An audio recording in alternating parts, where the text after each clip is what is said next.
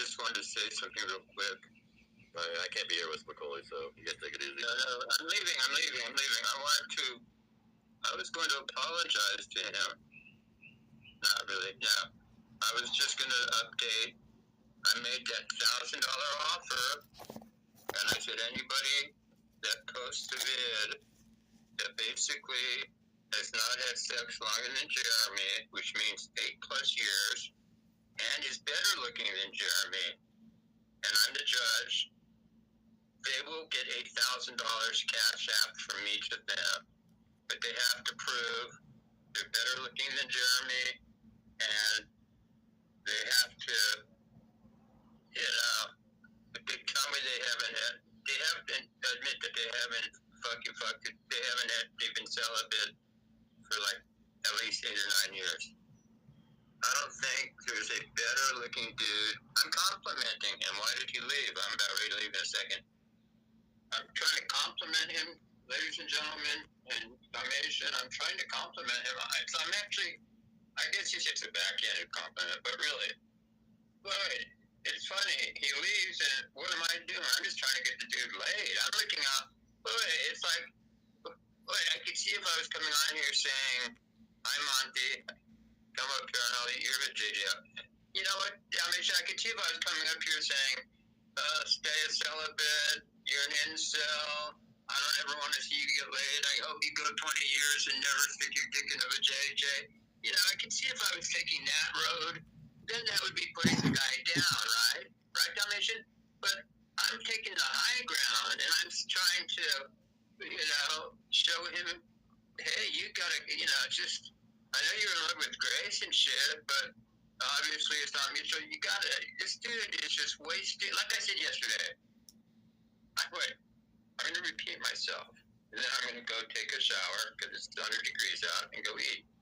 Let me repeat myself, folks. Most of you guys, you've seen Jeremy, okay? You've seen Jeremy.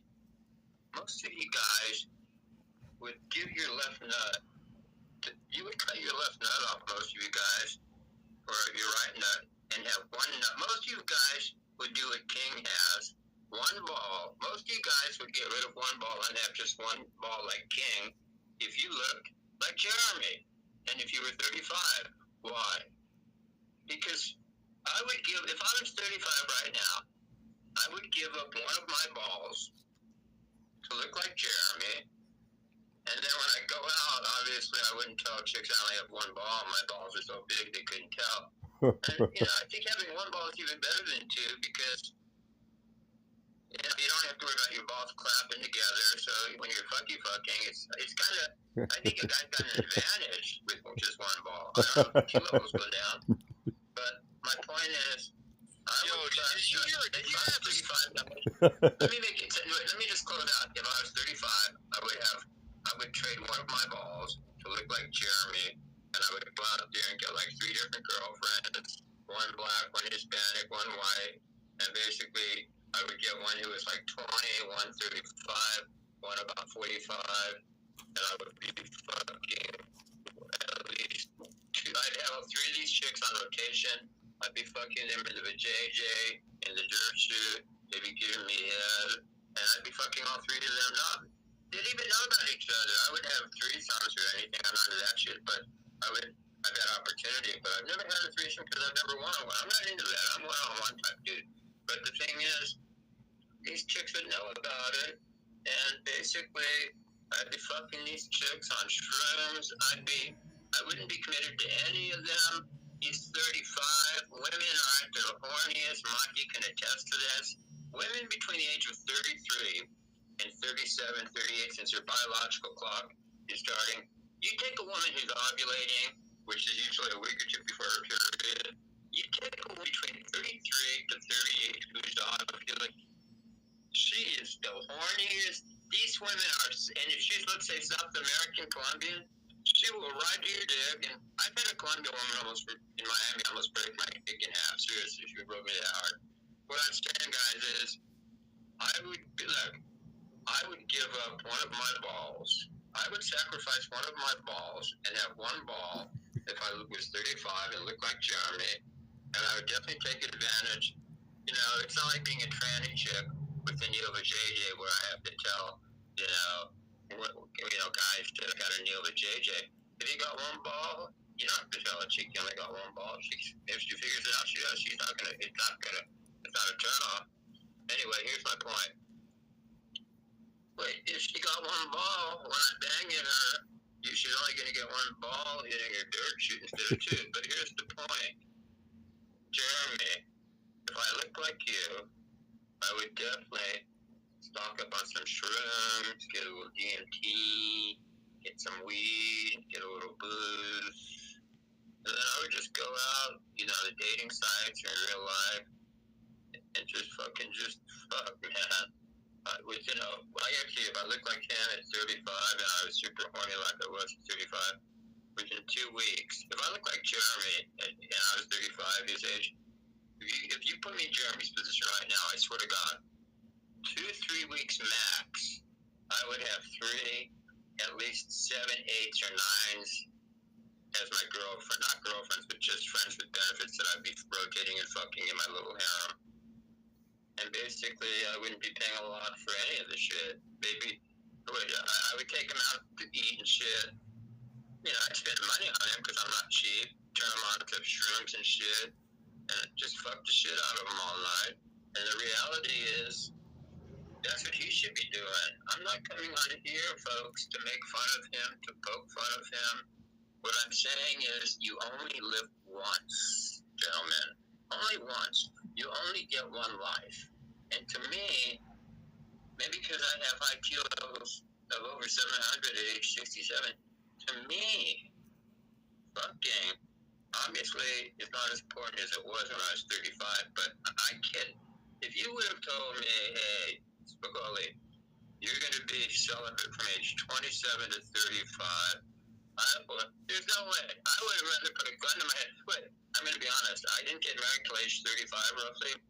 From 27 to 35, well, I had like a friends with benefits, sort of a mistress from when I was about 27 and she was 9. From 19 to 27, I had a mistress for like 8 years. I met her when she was 19 and I was 26. I was 7 years older than her.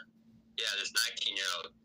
And she never wanted to go out anywhere. She goes, no, she was going to school and she was, instead of spending money on taking me out to the movies or eat, she just came up, she goes, just give me some money. So I would give her like $50 back then or something. This was in the 90s.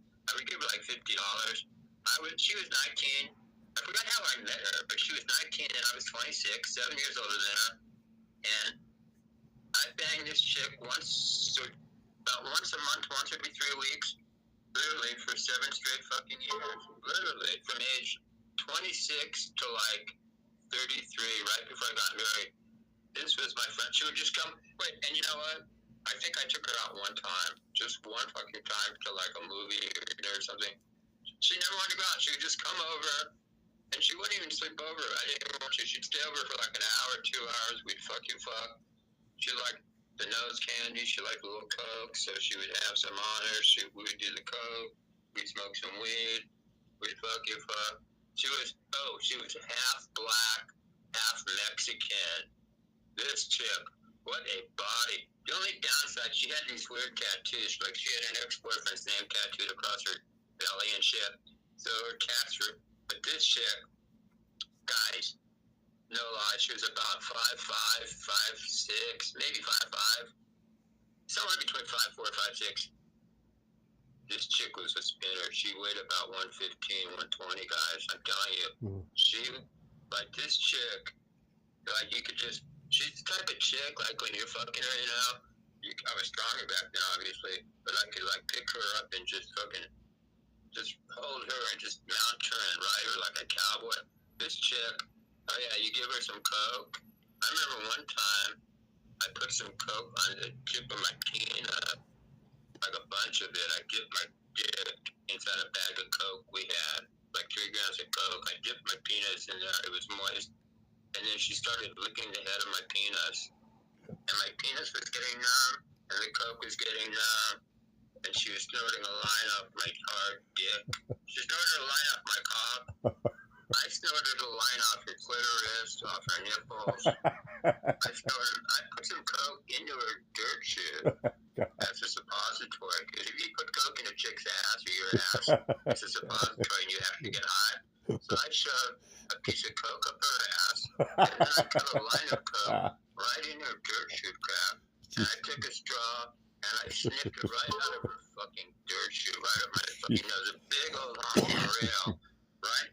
From the top of her fucking ass crap all the way down. She was on her belly and her legs were spread, and from the top of her ass crap, her dirt shoe was spread, her ass cheeks were spread. That line just came right down, right to where like her, right where her like bottom, right into her vajayjay. And so I just put it there, and I just took a straw, inserted it in my nose, and that line must have been like a tenth of a gram line, which is a big line. And I just snorted that thing in one snort up my nose, right through her ass crap. Then after that, there was a little left there.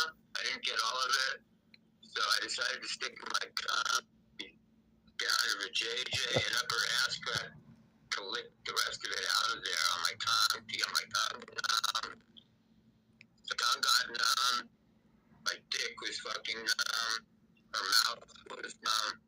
Spagoli, your mic's got some problems. Your mic, you gotta fix your mic. You gotta fix your mic. Okay, sorry. I'm gonna go. Good mic, thanks. Thank you, gentlemen. Okay, goodbye. Spagoli, you said you were gonna use the better mic the last 50 times you've come on. Guys, I think I can fit at least like $100 of water more at least.